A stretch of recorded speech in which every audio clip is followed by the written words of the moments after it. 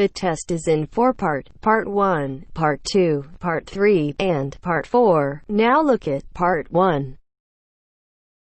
Part 1. You will hear a man talking to a woman on the phone about booking a room for an event. First, you have some time to look at questions 1 to 6.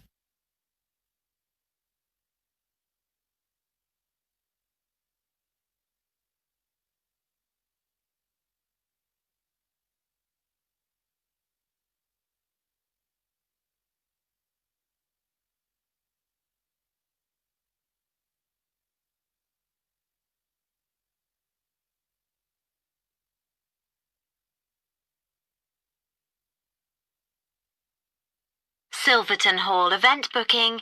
Jenny speaking. How can I help you? Oh, hi. I'd like to book the hall for an event that I'm planning to hold. What date did you have in mind? Well, I was hoping for the 15th of January. Let me just check. That's a Friday, isn't it? No, it's a Saturday. Ah, just a minute. I'm looking at last year's calendar. Yes, you're right. We have something on in the afternoon, I'm afraid, but the evening is free. Great. I was hoping to have it in the evening. OK, and what times were you thinking of? Well, the event is from 8 p.m. until 11 p.m. But I suppose we'll need to book it a bit earlier to set everything up, and a bit later to clear up at the end. Yes, you will. So, shall we say 7:30 to 11:30? Would that be okay? Yes, that'll be fine. So, what kind of event is it? Well, I'm organising a concert. Some of my friends and I play musical instruments, so we're hoping to get together and we're inviting all of our friends to come along. Oh, that sounds like fun. What do you play? The guitar. And my friend Jack plays several instruments. Great. So how many guests are you planning on? Well, I'm not sure, but probably about 60. That's fine. Thanks. Can I just mention that some of them are disabled? I assume that'll be all right and that access won't be a problem? Of course. We have special facilities and we've made some improvements recently as well. Great. So what about food? Do you have any thoughts on that? Yes, I thought we'd have something simple. I don't want anything complicated like a buffet or a 3-course meal. So just sandwiches, really. And also something to drink, if that's okay.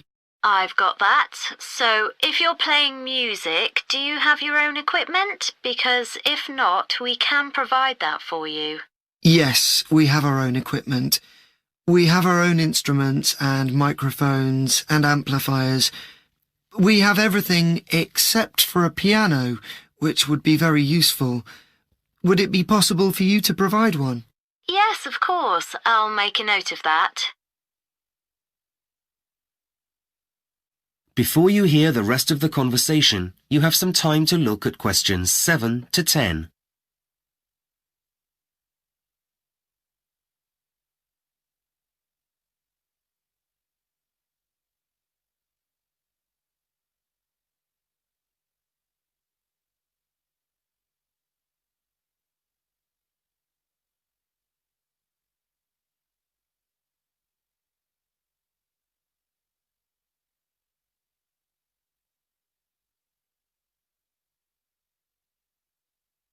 Now listen carefully and answer questions 7 to 10.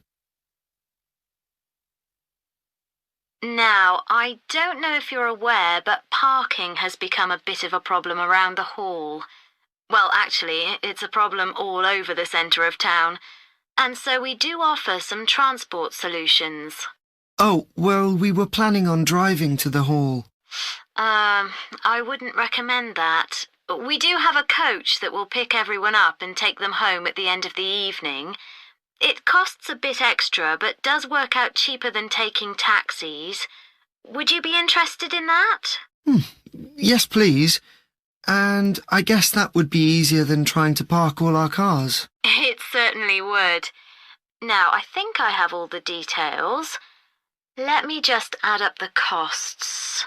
That comes to £250, but I'll reduce it to £225 as we have a 10% discount from now until March. Well, that's great. Thank you so much. And now I just need a contact name. I guess that would be you, right? Yes, that's right. It's Rob. Okay. And your family name? It's Yesowski. I'll spell that for you. It's Jezowski.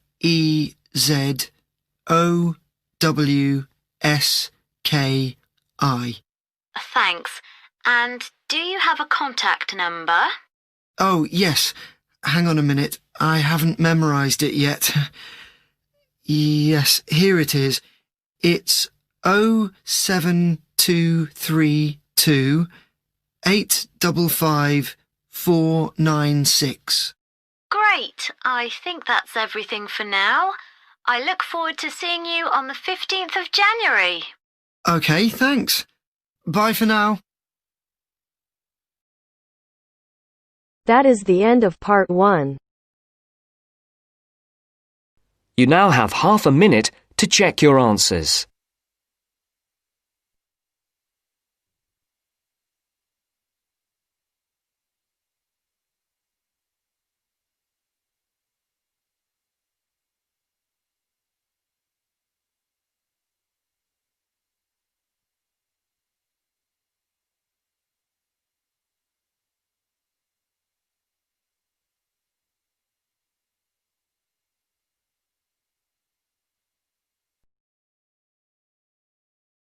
Now turns to part 2.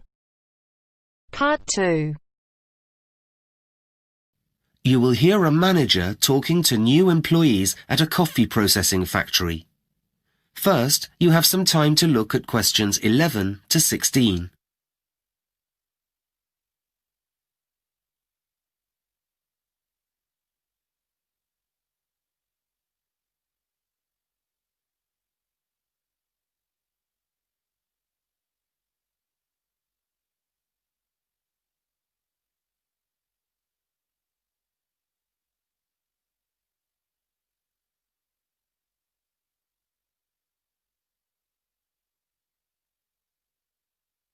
Now listen carefully and answer questions 11 to 16.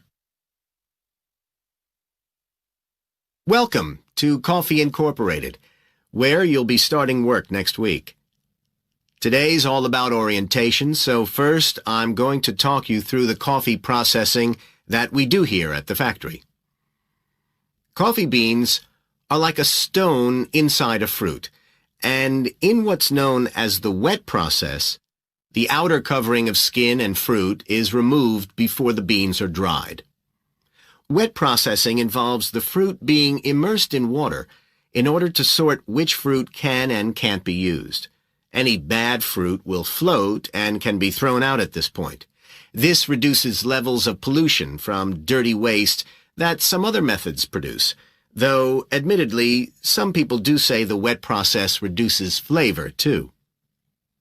After the fruit has been removed, we are left with the beans, which have to be dried to a water content of about 10% before they can be used to make coffee. We do this by machine. This is the way it's done where there are limits in terms of workspace, as is the case here. An alternative drying method is natural drying, which requires the beans to be spread out on special ground areas or tables in the sun. The air is better able to circulate around the beans in the natural method of drying, but it does increase the number of workers required. After the beans are dry, we go on to a process called polishing. This makes extra sure that the beans are completely clean. Some experts believe polishing damages the taste of the coffee, but that's a matter of opinion. And while polishing isn't actually required, we do it here to avoid the possibility of any remaining skin causing problems during roasting. Once the beans are fully clean, they're sorted by size and weight. This is also carried out by machine. The beans are blown through the air, and the ones that land in bins near the air source are the heaviest and best and will be made into the top quality brands, whereas the ones that fall further away are likely to produce a poorer flavor, though they will still be used for blending and making instant coffee and so on. Beans can also be sorted by color. This is the most difficult and time-consuming task, as it's done by hand and needs workers with expertise and experience. Once the sorting is completed, the beans are roasted and stored ready for distribution. Before you hear the rest of the talk, you have some time to look at questions 17 to 20.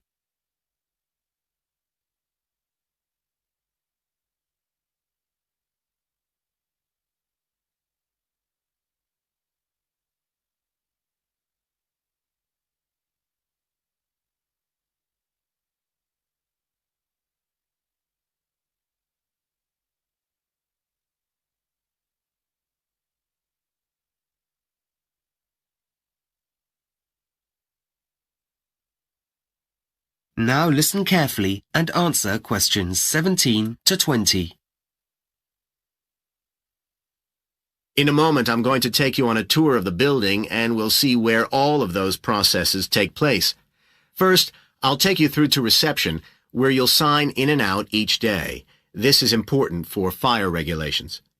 That's located next to the visitor center, where we hold tours for the public. Do pop in one afternoon when it's open.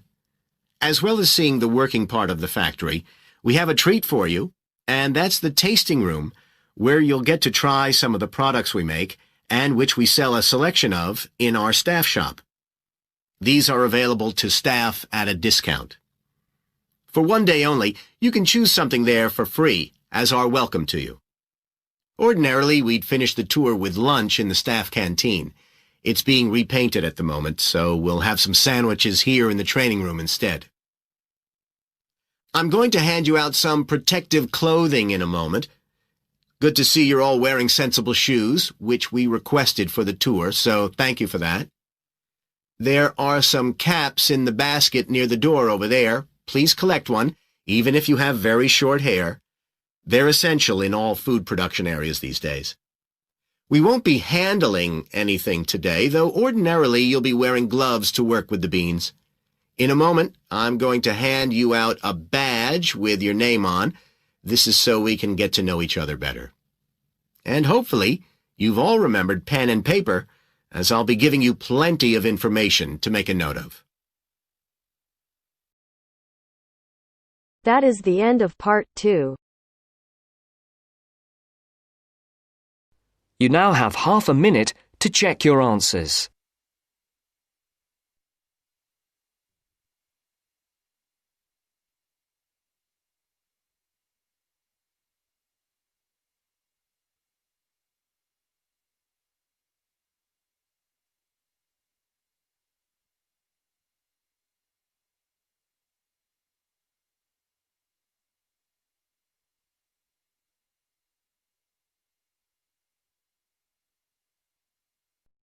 Now turns to part 3. Part 3. You will hear a student called Tim discussing his dissertation proposal with his tutor. First, you have some time to look at questions 21 to 26.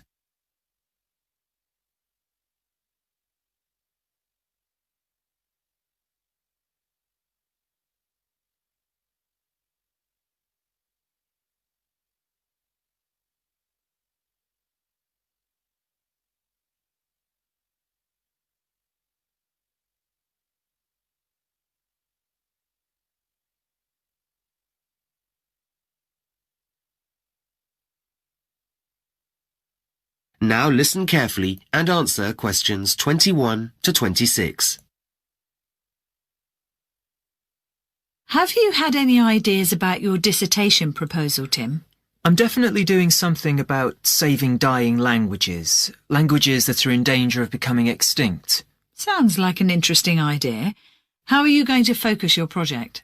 Well, my grandmother's first language is spoken by only a handful of people now, so I'd like to record an interview with her that can be kept in an archive, which she was really keen to do when I asked her about it.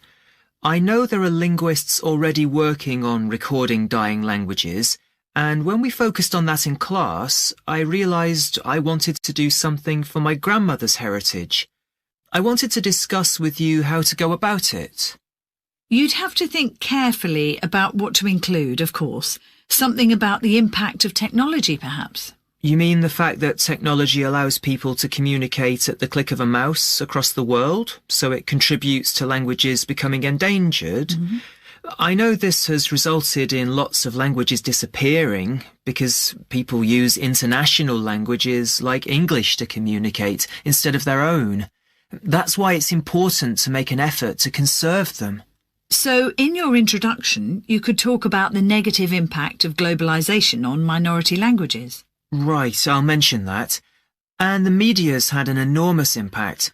Schools teach in the standard languages of a country rather than minority ones. That means young people lose the language skills of earlier generations because they aren't exposed to them as they would have been in the past. I'll definitely put that in. Good idea. I mean, take me for instance. I'm not a fluent speaker of my grandmother's first language, so most of the time we speak in English. Well, exactly. And then what are you going to say about how we can actually save dying languages? Well, I realise that there are organisations working to conserve them by creating libraries of audio and video material that document and conserve languages for future generations. That's what I'd like to contribute to. Though I doubt whether it's possible to save my grandmother's language. There are so few people who speak it, I can't see why anyone would try to revive it. I don't think it's going to become anyone's first language again. Though if I do this, at least there will be a record of it. And it may be that recording minority languages can save some of them from dying out. I don't get how, if no one's learning them as their first language. Well, the data that's collected isn't just stored away and forgotten about until someone rediscovers it in the future. It can be used to develop teaching materials within communities, so local children have learning tools they've never had access to before. You know, they can listen to and see these languages written down. Oh, right.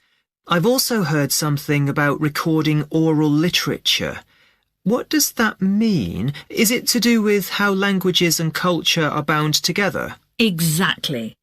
Team members from the organisations we're talking about travel to remote communities and record their stories, rituals, songs. So it's not just language that's conserved. I see. It's like some of the traditions in my family that have come from my grandmother's community. It's important to me to keep those alive too. Hopefully I'll have my own grandchildren to pass them down to. And even if my grandmother's language itself doesn't survive, then at least some of the history and culture will. Before you hear the rest of the conversation, you have some time to look at questions 27 to 30.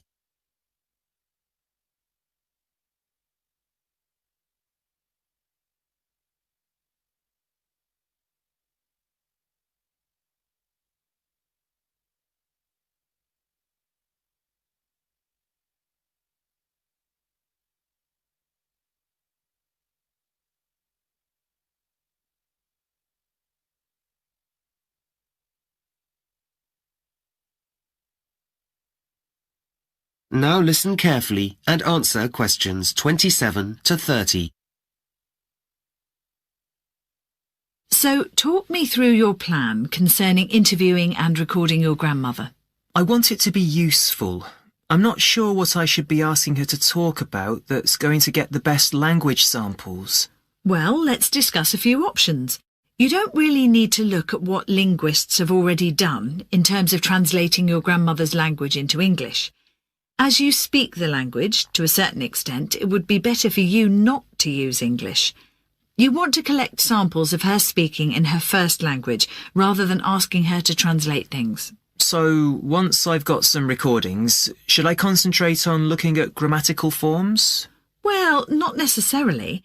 A better approach would be to focus on certain words, especially those for things which people don't use anymore, like in the home or on a farm.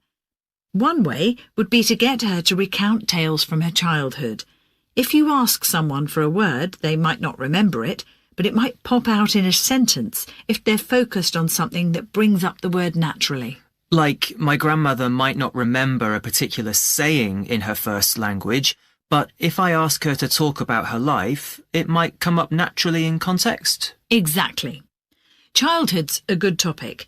Everyone has lots of memories they can talk about.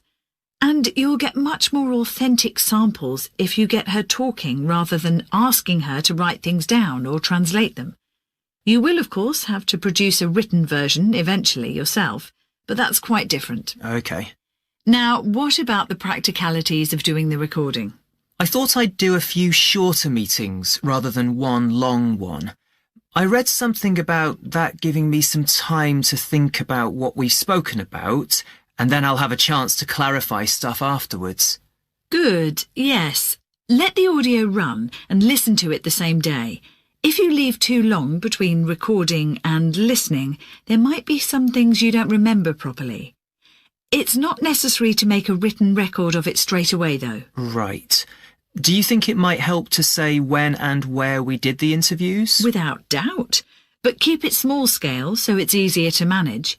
Covering as much as you can seems like a good idea. It could lead to confusion, though. Yes, I get that. That is the end of part 3. You now have half a minute to check your answers.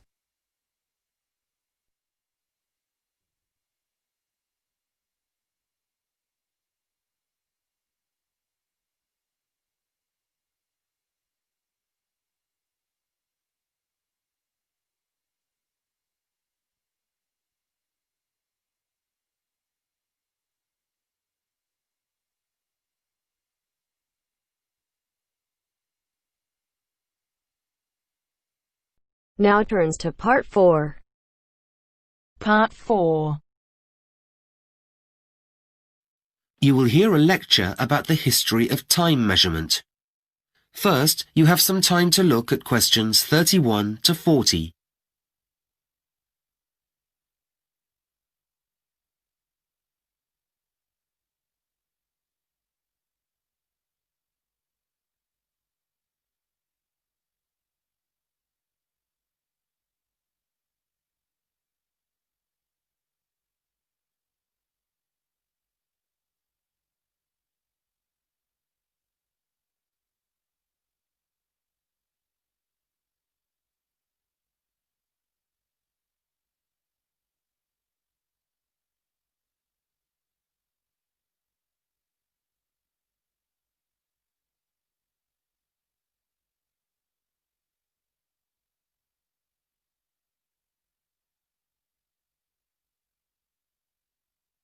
Now listen carefully and answer questions 31 to 40.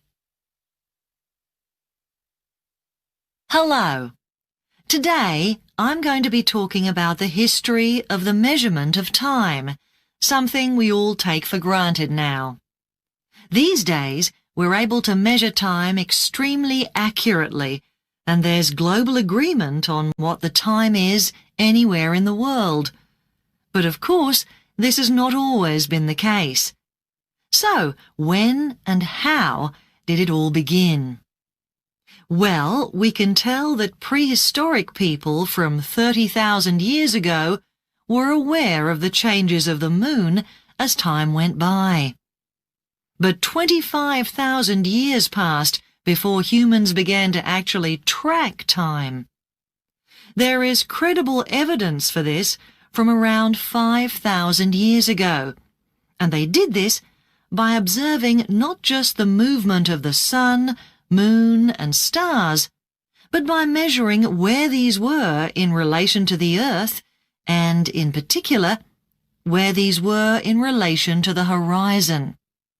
This was known as horizon tracking. For example, they noted the position on the horizon of the sun at sunrise and sunset, and how these positions changed throughout the year. From this, they were able to predict when the longest and the shortest days of the year were. Initially, this measurement was quite inaccurate and relied on suitable natural markers being on the horizon, such as hilltops, trees, etc. But measurement became more accurate and detailed when certain communities built markers specifically to view how the positions of the sun and moon related to them. One of the best remaining examples of these is Stonehenge in England, which consists of a number of very large stones arranged in a circle. Okay, so let's have a look at the first.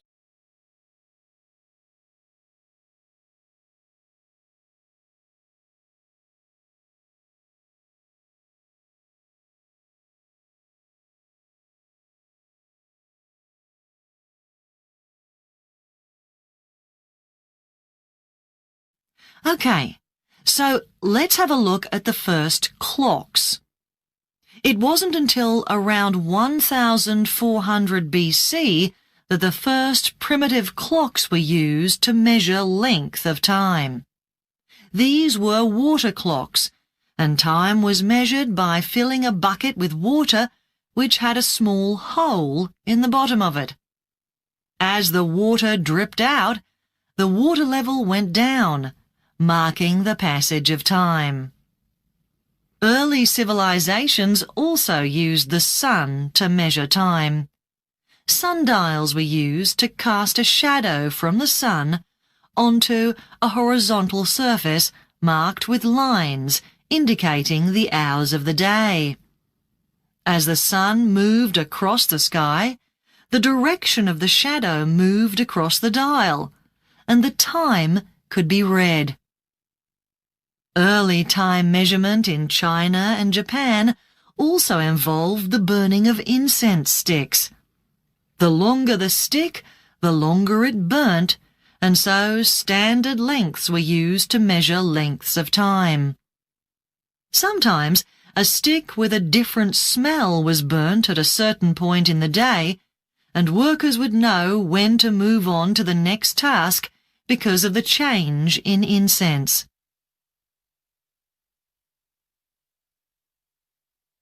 Let's now look at mechanical clocks. The first evidence of these is in the late 13th century in Northern Europe. They were made of iron, rather large and heavy, and the wheels of the clock were driven by a weight, which slowly descended. Initially, mechanical clocks didn't have a clock face and just struck a bell every hour. They were also only accurate to the nearest quarter of an hour, but it didn't matter if the time wasn't quite right, because there was only one clock in each community. However, when people travelled to other communities, they discovered the time there was different. This first became a real problem with the introduction of the railways in the 1840s. Up until then, sundials had been the most accurate way of telling the time, but these were dependent on shadows made by the sun, and this was too inaccurate for producing timetables. This meant that there was a need for a nationally agreed time system, and in 1847, the time at Greenwich in London was taken to be the point on which the national time was based. There was inevitably a lot of resistance to this in the middle decades of the 19th century. People in other places, like Bristol, for example, wanted their own time and didn't want to be dictated to by London. An even bigger problem came a few years later with the need for a globally recognized time system. International shipping at that time used maps on which Greenwich was the main reference point. As zero longitude passed through Greenwich, it was decided at a conference in Washington that all longitude would be calculated east and west from there. So then it made sense to use Greenwich to also measure time for the whole world, starting at the observatory at midnight. People could therefore be confident that when it was 8 a.m. in California, it was 5 p.m. in Paris every day. That is the end of part 4. You now have half a minute to check your answers.